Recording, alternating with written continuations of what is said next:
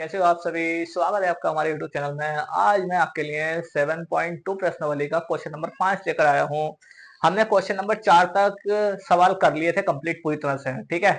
तो आज हम 7.2 प्रश्नावली का क्वेश्चन नंबर 5 देखेंगे। तो आइए ज्यादा समय वेस्ट नहीं करेंगे, शुरू करते हैं हम अपनी क्लास, ठीक है।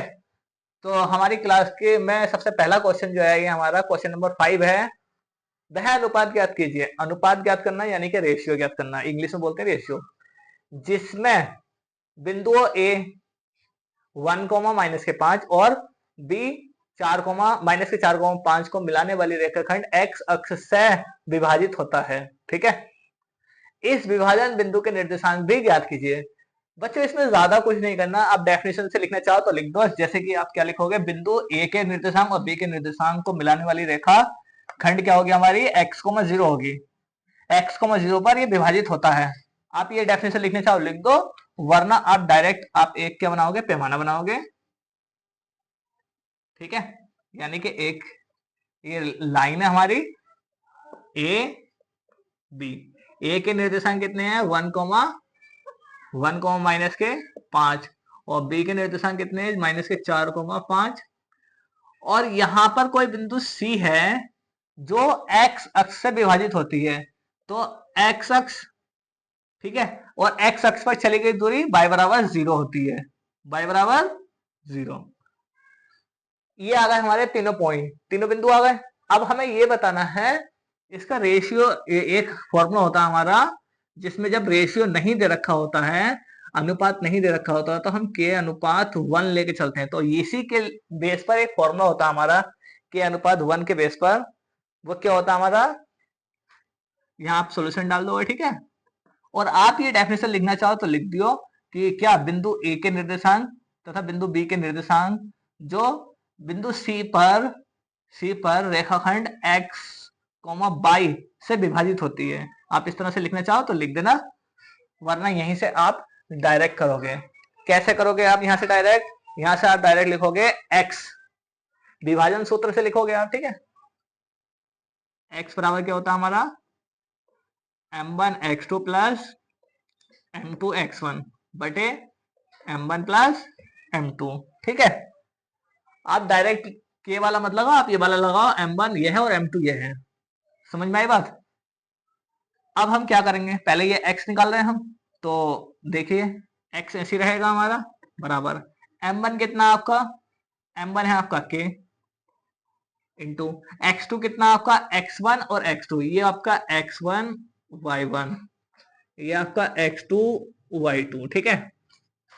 और x2 कितना आपका -4, m2 कितना आपका 1 और x1 कितना आपका 1 अपॉन k+1। x तो हमारा ऐसे ही रहेगा, ठीक है, बराबर 4k हो जाएगा। ये 4 माइनस में है ना, तो माइनस आगे लग जाएगा, +1 अपॉन k+1, ठीक है। ये आपकी बच्चों आ जाएगी समीकरण नंबर 1, ठीक है। ये आपकी समीकरण नंबर 1 आ गई। ऐसे ही अब आप क्या करोगे, y की वैल्यू निकालोगे। कौन सी निकालोगे आप, y की वैल्यू। y बराबर क्या होता है हमारा, m1y1 प्लस m2y1 बटे m1 प्लस m2।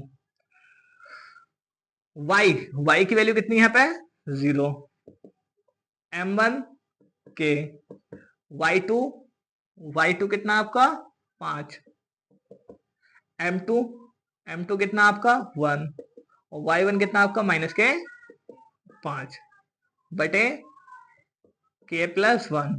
तो 5 के -5 के प्लस माइनस माइनस हो जाएगा, -5 के अपॉन k+1, ठीक है। ये है हमारा 0। इसके नीचे 1 मानेंगे, क्रॉस मल्टीपल कर देंगे तो आपके क्या आ जाएगा, 5k - 5 बराबर 0 और 5k बराबर 5 और k बराबर कितना आ जाएगा, 5/5, 5 से 5 कैंसिल आउट हो जाएगा और k बराबर आ गया आपका 1, ठीक है। अब क्या करेंगे अब हम, अब ये जो k की वैल्यू आई है हमारी k बराबर 1, समीकरण नंबर 1 में उठाकर रख दो, ठीक है। तो लिख दो यहाँ पे k का मान समीकरण 1 में रखने पर, समीकरण 1 क्या थी आपकी, ये थी x बराबर माइनस के 4k plus 1 upon k plus 1, ठीक है। और k बराबर क्या रखोगे आप, 1, माइनस के 4 इंटू 1 प्लस 1 अपॉन 1 प्लस 1, 4 एकम 4 और प्लस 1 अपॉन 2, 4 में से एक गया, माइनस के 3/2, ठीक है।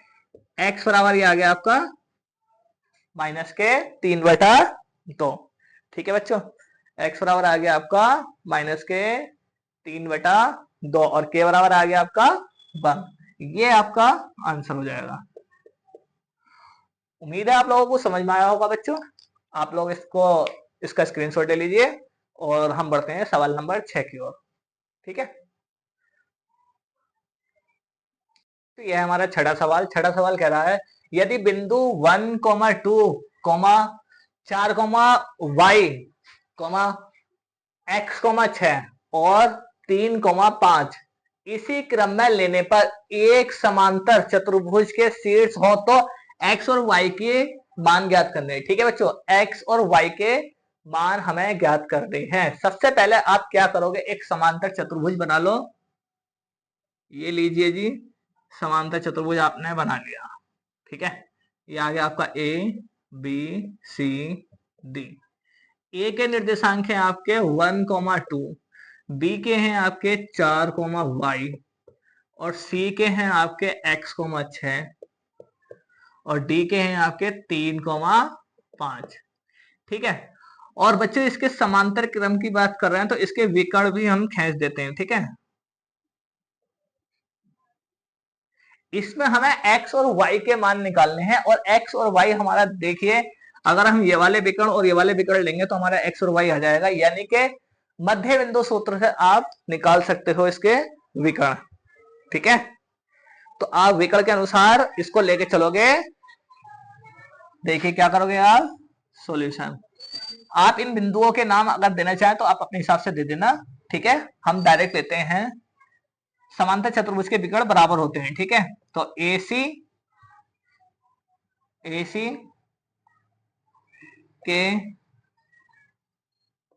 AC के मध्य बिंदु, AC का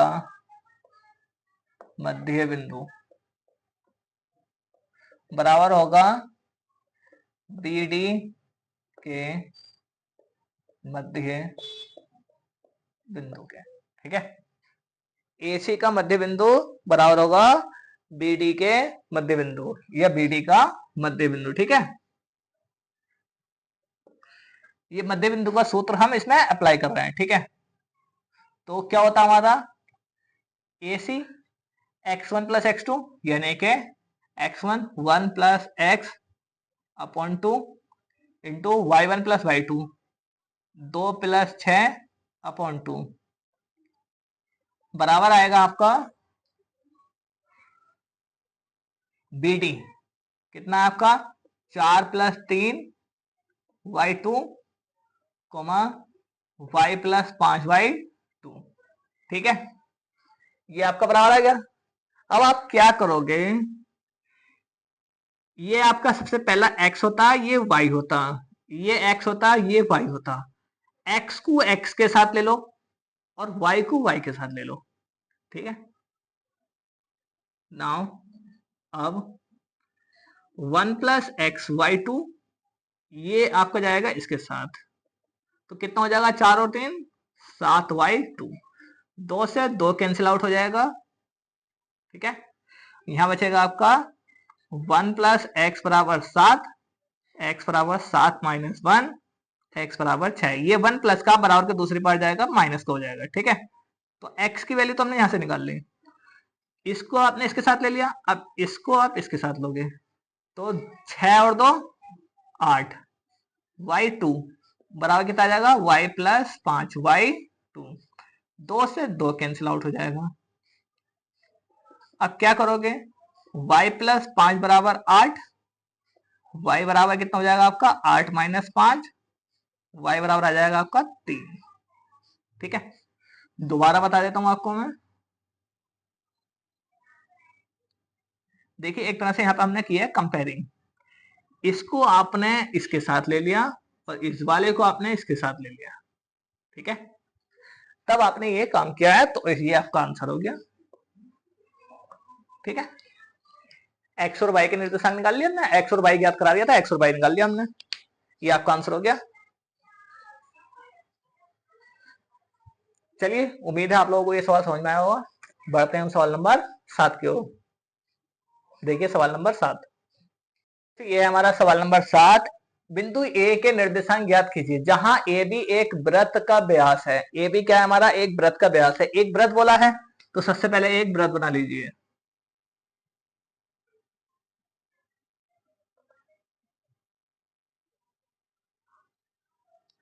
ठीक है,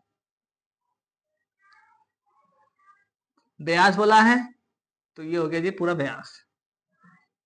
क्या बोला है, ए बी व्यास आ गया, जिसका केंद्र 2, -3 है। ये आ गया आपका केंद्र 2, -3, इसको ओ नाम दे दो। तो बी के निर्देशांक दे रखे हैं हमें 1, 4। तो ए के निर्देशांक हमें निकालने हैं। ए के निर्देशांक हमें क्या करने हैं, निकालने हैं। ठीक है बच्चों, तो कैसे निकालेंगे बताइए बच्चों। आपको पता है व्यास जो है हमारा त्रिज्या का आधा होता है, यानी कि इतनी हमारी त्रिज्या होगी, ये पूरा व्यास हो गया। तो हम क्या कहेंगे, ए बी में हम मध्य बिंदु सूत्र लगा देंगे। ए बी में हम क्या लगा देंगे, हम मध्य बिंदु सूत्र लगा देंगे। ए के निर्देशांक हम क्या नाम दे दें, एक्स को वाई नाम दे दें फिलहाल के लिए। ठीक है, सॉल्यूशन ए बी का मध्य बिंदु सूत्र से, ए बी का मध्य बिंदु, ए बी का मध्य बिंदु क्या दे रखा हमें, ए और बी का मध्य बिंदु दे रखा हमें 2, -3। और जबकि ए बी का मध्य बिंदु होता है क्या हमारा, मध्य बिंदु सूत्र होता है हमारा x1 + x2, यानी कि x+1 y2 और y1 + y2 y + 4y2 बराबर आ गया 2, ठीक है बच्चों। अब वही कंडीशन जैसे पिछले सवाल में करी थी, इसको आप इसके साथ ले लो, यानी कि 2 को इस वाले के साथ x के साथ और y वाली टर्म्स को y वाली टर्म्स के साथ में। तो नाउ अब x+1y2 बराबर 2, ठीक है, और y + 4y2 बराबर -3।